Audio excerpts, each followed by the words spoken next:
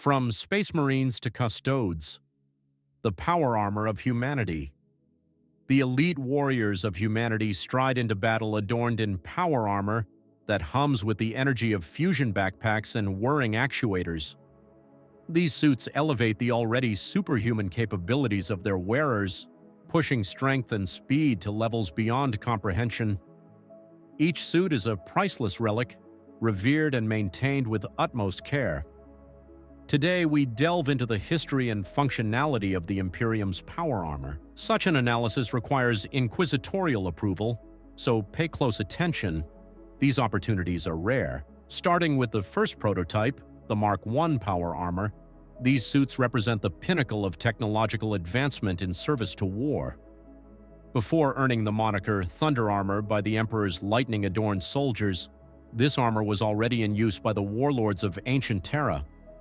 Featuring a reinforced breastplate, it protected critical areas of the wearer while concealing the network of cables connecting the powered arms to an energy reactor housed in an armored backpack.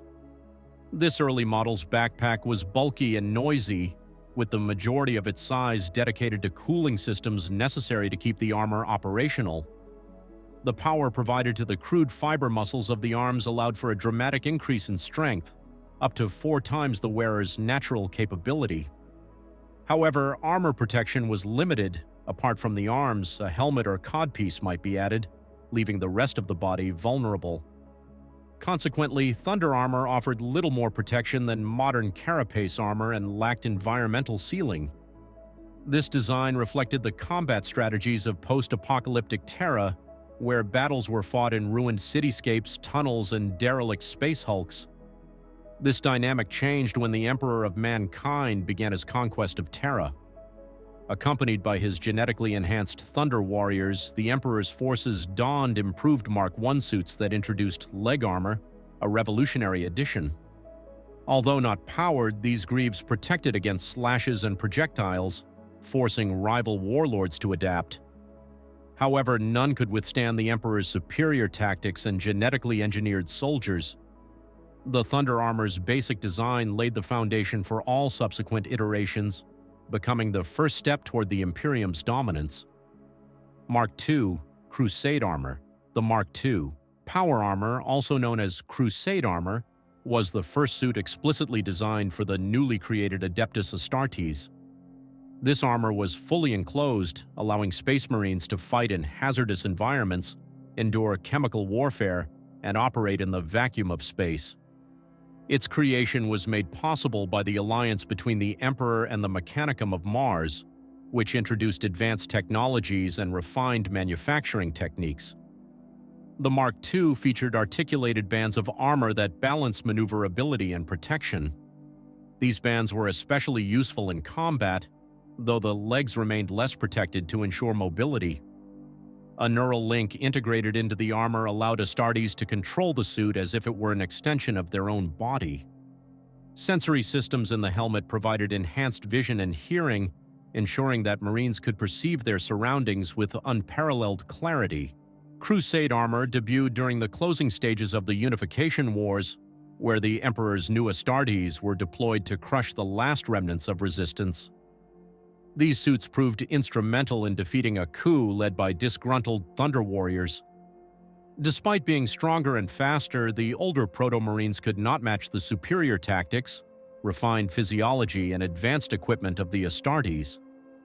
The victory marked the end of the Thunder Warriors and the rise of the Space Marines as the Emperor's primary warriors. Even as more advanced models were developed, Mark II remained a reliable and adaptable design. Its durability and effectiveness ensured its presence on battlefields well into the 42nd millennium. The Crusade armor's legacy endures, a testament to its robust construction and innovative design. Mark III Iron Armor. The Mark III, or Iron Armor, was designed for close-quarters combat in confined spaces. With its thick frontal plating, it provided unparalleled protection against enemy fire but sacrificed agility. This made it ideal for battles in narrow tunnels, ship corridors, and other cramped environments. Unlike its predecessor, the Mark III was mass-produced, becoming one of the most widely distributed armor types during the Great Crusade. Its heavy construction made it less suitable for open-field engagements but invaluable for siege warfare and attritional battles. The design reflected the practical needs of the time, prioritizing survivability over mobility. Many legions embraced the iron armor for its ruggedness. Its association with brutal and relentless combat earned it a reputation as the armor of choice for those who excelled in endurance and firepower. Though eventually overshadowed by more advanced models, the Mark III remained a staple during the Horus Heresy, proving its worth in the bloodiest conflicts. Mark IV, Maximus Armor. The Mark IV, known as Maximus Armor, represented a significant leap in technology. Its design emphasized efficiency and simplicity, incorporating streamlined plates and improved power systems. Flexible joints allowed for greater mobility, while new methods of cabling reduced the armor's weight. One of the Mark IV's standout features was its redesigned helmet, which permitted the wearer to turn their head freely. This enhancement improved situational awareness and made the armor more comfortable to wear. However, the reliance on advanced components made it challenging to produce and maintain, particularly during the resource-starved Horus Heresy. Developed as part of an effort to standardize power armor across the legions, the Maximus armor embodied the technological optimism of the Great Crusade. It symbolized the Imperium's ambition and progress, even as the galaxy descended into chaos. Mark V, Heresy Armor. The Mark V, or Heresy Armor, emerged as a stopgap solution during the Horus Heresy. With supply lines disrupted, the legions required a design that could be assembled quickly using available materials. The result was a patchwork of components from earlier models, reinforced with new features such as molecular bonding studs. These studs provided additional protection but increased the suit's weight, necessitating more power. Despite its improvised nature, the Heresy armor proved durable and adaptable. Each suit was unique, reflecting the resourcefulness of its creators and the dire circumstances of its time. The Heresy armor's ruggedness and versatility made it a vital asset in the desperate battles of the Heresy. It stands as a symbol of the Imperium's resilience in the face of unimaginable adversity. Mark VI, Corvus Armor. The Mark VI, or Corvus Armor, was developed in secret before the Horus Heresy. Named after the Raven Guard Legion, this armor emphasized stealth and versatility. Its streamlined design included a beak-like helmet, advanced sensors, and quieter power systems. Molecular bonding studs were retained on the left shoulder, offering additional protection. The Mark VI also featured dual technology circuits, allowing damage systems to be replaced with older components. This adaptability made it a favorite among loyalist forces during the Heresy. The Corvus armor's success lay in its balance of sophistication and practicality. Its stealth capabilities and ease of maintenance ensured its widespread use, setting a new standard for power armor. Mark VII, Aquila Armor. The Mark VII, or Aquila Armor, became the iconic image of the Adeptus Astartes. Developed during the Siege of Terra, it combined the best features of earlier models with the new innovations. Its chest plate, adorned with the Imperial Aquila, housed advanced power conduits and emergency solar arrays. Backwards compatibility with previous models made the Aquila armor versatile and practical. It debuted during the Imperium's darkest hours, becoming a symbol of hope and resilience. For over 10,000 years, it remained the standard for Space Marines, a testament to its enduring legacy. Mark VIII, Errant Armor Building on the Mark VII. The Mark VIII Errant Armor introduced an armored collar to protect the vulnerable neck joint. This modification required a redesigned helmet, limiting compatibility with older models. While not revolutionary, the Errant Armor represented incremental improvements that enhanced survivability. Mark X Tacticus Armor. The Mark X Tacticus Armor marked a new era for the Adeptus Astartes. Designed for the Primaris Marines, it featured modular components that could be customized for specific roles. Variants such as the Gravis and Phobos patterns offered enhanced protection or agility, respectively. This adaptability ensured the Mark X's dominance on modern battlefields. Its versatility and advanced systems reflected the Imperium's continued evolution in the face of new threats. From the primitive thunder armor to the cutting-edge tacticus designs, power armor has been a cornerstone of humanity's military strength. Each suit tells a story of innovation, resilience, and the relentless pursuit of victory in a galaxy consumed by war. Comprehensive overview of power armor evolution. The Mark III power armor, known as iron armor, was a pivotal design created to protect warriors in tight, coverless combat environments such as ship corridors and tunnels. It featured heavily reinforced frontal plates that provided exceptional protection against direct enemy fire. This robust design made it ideal for brutal close-quarters engagements, though its increased weight reduced mobility. The Mark III became the first mass-produced power armor and saw widespread use during the Great Crusade. However, its prevalence often signified that a legion had fallen out of favor with Warmaster Horus, who controlled the distribution of advanced equipment. This disparity in armor quality helped set the stage for the Horus heresy, where loyalist forces often faced significant disadvantages. The Mark IV Maximus pattern was an ambitious attempt to refine power armor to its pinnacle during the Great Crusade. This design introduced smoother, flatter armor plates and flexible joints, significantly improving mobility while maintaining excellent protection. The revolutionary helmet design allowed wearers to turn their heads freely, enhancing situational awareness, a critical improvement over earlier models. While the Maximus pattern was easier to maintain than its predecessors, it relied on rare advanced components that became increasingly difficult to source during the Horus heresy, when supply lines were frequently disrupted. These logistical challenges underscored the need for a more adaptable design. During the chaos of the Horus heresy, the Mark V heresy armor emerged as a practical solution to meet the immediate needs of embattled legions. This armor was not a standardized design, but rather a stopgap measure cobbled together from components of Marks II, III, and IV. It introduced molecular bonding studs to enhance durability, albeit at the cost of increased weight and complexity. These studs provided additional protection by breaking off under significant impacts, reducing the chance of catastrophic armor failure. Despite its improvisational origins, the heresy armor's adaptability ensured its survival and eventual recognition as a distinct pattern. The Mark VI Corvus armor was developed in secret before the heresy, but became a vital asset during the conflict. Designed to balance advanced features with practical production and maintenance, it incorporated redundant power systems, advanced sensors, and molecular bonding studs inherited from the Mark V. Named after the Raven Legion, which field-tested the prototype, this armor also featured a distinctive beak-like helmet, symbolizing its focus on stealth and adaptability. Its relatively lightweight design and ease of repair made it a favorite among loyalist forces, ensuring its widespread use. As the heresy concluded, the evolution of power armor reflected the Imperium's ability to adapt and innovate under dire circumstances. Each successive design built on the lessons learned from its predecessors, addressing critical shortcomings while introducing new technologies. From the heavy frontal protection of the Mark III to the sophisticated yet practical design of the Mark VI, power armor continued to evolve, meeting the needs of humanity's finest warriors and securing their dominance on countless battlefields.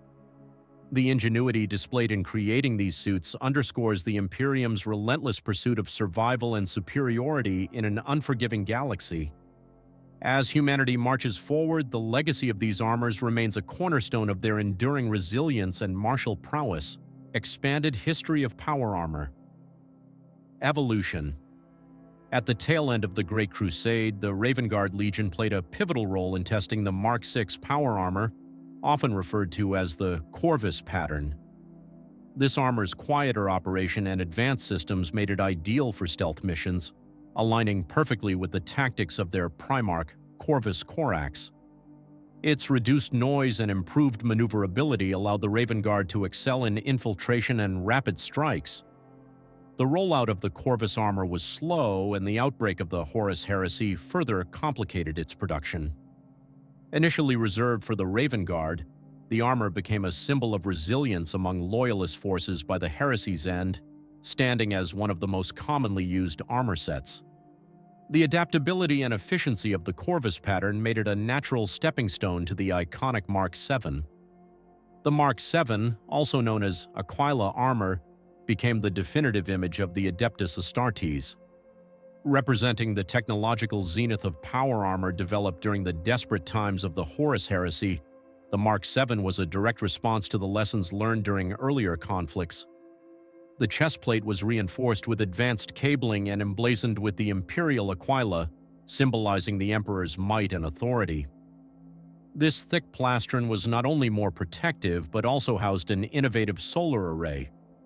This array allowed the suit to operate temporarily without its power pack, an essential feature for Space Marines operating behind enemy lines or with damaged equipment. Backward compatibility with earlier armor marks was a key design feature, enabling parts from older models to be incorporated when necessary. This made the Mark VII a versatile and pragmatic choice for loyalist forces. The Mark VII's successful introduction during the Siege of Terra cemented its place in Imperial history. By the end of the heresy, it had become the standard armor for the Adeptus Astartes, embodying the resilience and adaptability of the Emperor's finest warriors. Its reputation endured for over 10,000 years, making it the foundation for countless refinements and adaptations. Following the Mark VII, the errant armor, or Mark VIII, was developed as an enhancement rather than a replacement. Designed to address a vulnerability known as shell trap, the Mark VIII featured an armored collar to protect the neck joint from stray rounds ricocheting off the chestplate. This improvement was critical in reducing injuries during frontal assaults and firefights. However, the inclusion of this collar required a redesigned helmet, which reduced compatibility with earlier models. Despite this limitation, the Mark VIII retained much of the foundational design and functionality of the Aquila armor, offering incremental improvements without deviating from its predecessor's proven formula. As the Imperium teetered on collapse at the end of the 41st millennium, Belisarius Cawl introduced the Primaris Marines, necessitating a complete overhaul of power armor technology. The Mark X Tacticus armor became the new standard for these enhanced warriors. Modular in design, the Tacticus suit allowed for unparalleled adaptability, accommodating variations such as the Gravis pattern for enhanced protection and the Phobos pattern for stealth operations. The Gravis pattern, with its increased armor plating, provided superior protection at the cost of some mobility, making it ideal for heavy assault roles. In contrast, the Phobos pattern prioritized agility and stealth, stripping down armor to enhance speed and minimize noise. This modularity represented a revolutionary shift in power armor design, ensuring flexibility to meet evolving battlefield needs. The Mark X's innovations drew upon millennia of power armor development, incorporating the best elements of previous marks while introducing new features for superior performance. The adaptability of the Tacticus armor extended to units like the Suppressors, who utilized hybrid designs such as the Omnis pattern. This variant combined Gravis-style legs for defense with Phobos-style upper plating to accommodate jump jets and grav chutes, creating a highly mobile and versatile support unit. Despite these advancements, the most protective armor available to Space Marines remains the Tactical Dreadnought armor, or Terminator armor. Developed during the Great Crusade, Terminator suits were designed to withstand the harshest conditions and heaviest firepower. The impenetrable ceramite and adamantium plating of Terminator armor ensured unparalleled durability, allowing its wearers to walk through enemy fire with impunity. Enhanced by advanced sensors and life support systems, these suits transformed Space Marines into walking fortresses. Terminator armor's tactical applications were unmatched. Equipped with teleport homers, squads of Terminators could be deployed directly into the heart of battle, striking fear into their enemies. The suit's advanced sensory systems allowed each squad member to share real-time data, enhancing coordination and situational awareness. Tales of Terminators surviving attacks by Titans and emerging unscathed only add to the mystique of these formidable suits. Despite their limited mobility, Terminator suits remain essential for breaching fortifications and engaging the galaxy's deadliest foes.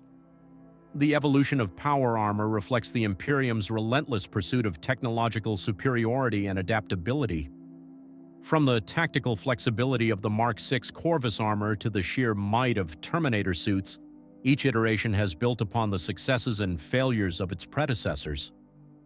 The enduring legacy of these armors lies in their ability to adapt to the ever-changing demands of war, ensuring that the Emperor's warriors remain a force to be reckoned with in a galaxy consumed by conflict.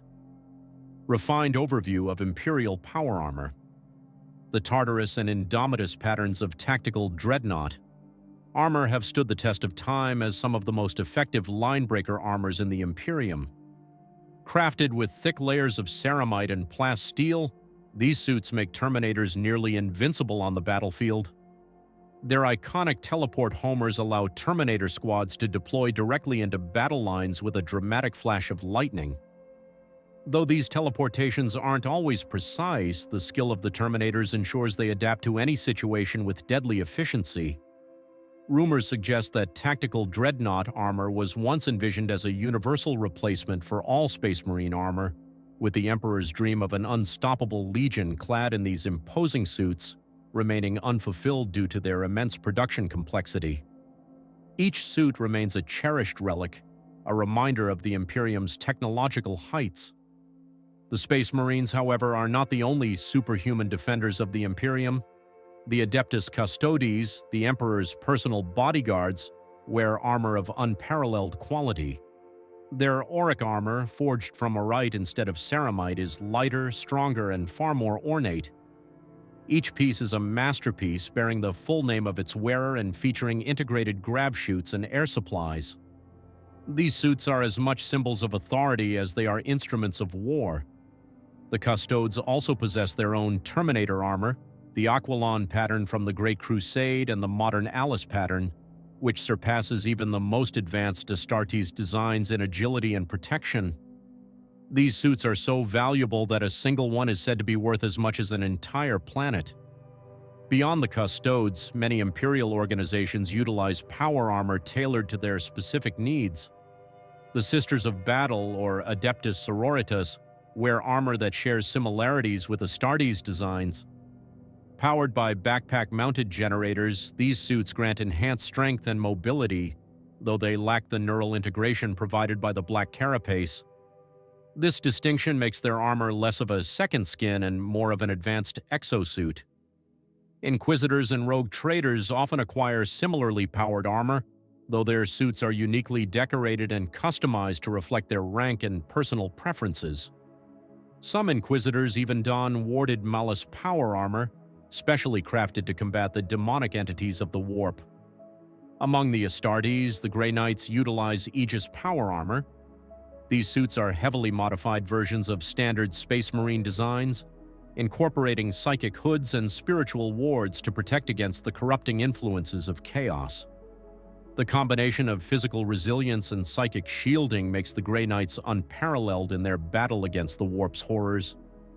The Sisters of Silence, a cadre of psychic nulls tasked with hunting down psychers, also wear specialized armor. Their Ratine armor, though not environmentally sealed, provides significant protection and mobility. Crafted with selenite voidmail, a mesh of hardened silicates, this armor ensures the Sisters can remain agile while maintaining high levels of defense. Its lightweight design reflects their unique combat style, which relies on precision and speed. The variety of power armor across the Imperium highlights humanity's ingenuity and adaptability in the face of endless threats. From the nigh-invulnerable Terminator suits to the elegant auric armor of the Custodes, these designs stand as testaments to the Imperium's technological and martial prowess. While many armor sets and their histories remain shrouded in mystery or lost to time, the examples discussed here represent some of the finest achievements in humanity's war against oblivion. So now you know more about the Space Marines' power armor. If you enjoyed this video, don't forget to give it a thumbs up and subscribe to the channel for more content like this. Your support helps us bring you more deep dives into the worlds of lore. Thanks for watching, and remember, In the grim darkness of the far future, there is only war. May the Emperor guide you in all your battles. See you in the next video.